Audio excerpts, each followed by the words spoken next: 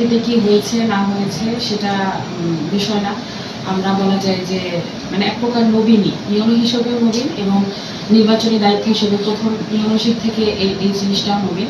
তো আমাদের ফোকাসই থাকবে মানে নিরপেক্ষভাবে, স্বচ্ছ এবং নিরপেক্ষ এবং অংশগ্রহণমূলকভাবে নির্বাচনটা যেভাবে সুষ্ঠুভাবে সম্পন্ন করা যায়, এক। আর 2 নম্বর হচ্ছে, যেহেতু একই সাথে নির্বাচন এবং গণভোট দুইটাই হবে আপনারা জানেন, তো এখানে একটা চ্যালেঞ্জ আছে, সেটা হচ্ছে গণভোট কেন্দ্রিক।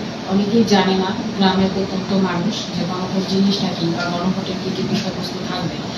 তো আমরা প্রাথমিকভাবে নির্বাচন কমিশনের সহায়তায় বা তাদের যে নির্দেশনা, সেই নির্দেশনা অনুযায়ী আমরা পৌঁছে দিচ্ছি যে শুধু ভোটই হবে না, সাথে নির্বাচন, যাতে মানুষ জেনে আসে যে গণভোটে এই বিষয়গুলো থাকবে। আমি হা ভোট দিলে হা ভোটের বিষয়বস্তু হচ্ছে এটা, যে আমি হা দিলে আমি আমার দেশ বা আমি এইভাবে সুবিধা প্রাপ্ত হব, না দিলে আমার এই ধরনের সুবিধা বা অসুবিধা রয়েছে।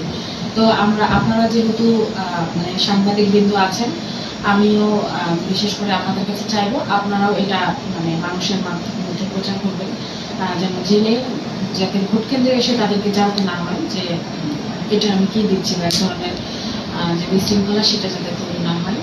আর 2 নম্বর হচ্ছে, সামনে যেহেতু ইলেকশন কেন্দ্রিক অনেক অনেক কিছু তৎপর থাকবে বা হবে, আপনারা আমাদেরকে তথ্য দিয়ে সহযোগিতা করবেন, আমাদের সাথে সমন্বয় রাখবেন। আমরাও চাইবো আমাদের সামনে 16 ডিসেম্বর, আগামীকালকে, আজকে সন্ধ্যায় প্রোগ্রাম আছে, তো সব প্রোগ্রামে আপনারা আসবেন, আমাদের সাথে পার্টিসিপেট করবেন, প্লাস সহযোগিতা করবেন। আর আমি যেহেতু নতুন ইউনো, এখানকার যে সামাজিক বা রাজনৈতিক প্রেক্ষাপট বা উন্নয়নের যেটা, এটা জানতে বুঝতেও সময় লাগবে। তো সবার কাছে আমার একটাই প্রত্যাশা, আমাকে একটু সময় দিতে হবে, প্লাস সহযোগিতা। হুট করে এসে আমি একটা কাজ করে ফেললাম, সেটা রিপার্কেশন কি হবে বা সেটা মিলে আমার জন্য কতটুকু ফিজিবল হবে, উপজেলার জন্য কতটুকু ফিজিবল হবে, সেই জিনিসগুলো দেখে শুনে বুঝেই আপনাদের সহযোগিতায় কাজ করতে পারছি। তো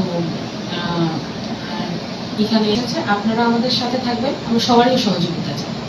তাহলে এখানে তো আমরা এসেছি একটা বিশেষ কাজে, এবং নির্বাচন প্লাস আপনাদের উন্নয়ন, আপনাদের উপজেলার উন্নয়ন।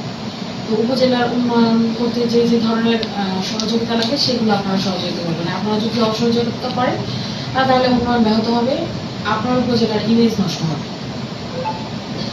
আমরা কাজ করছি, আমরা কাজ করতে যে যদি হয় সরকার গভর্নমেন্ট যদি মনে করে যে মানে ওই ইয়া নিয়েই আমরা এসেছি, যদি আজকে আমাদেরকে তুলে নেই আমরা আজকেই চলে যাবো, এরকম কোনো ইয়ে নেই, কিন্তু মানে আইনের মধ্যে থেকে আমরা কাজ করতে চাই। এখন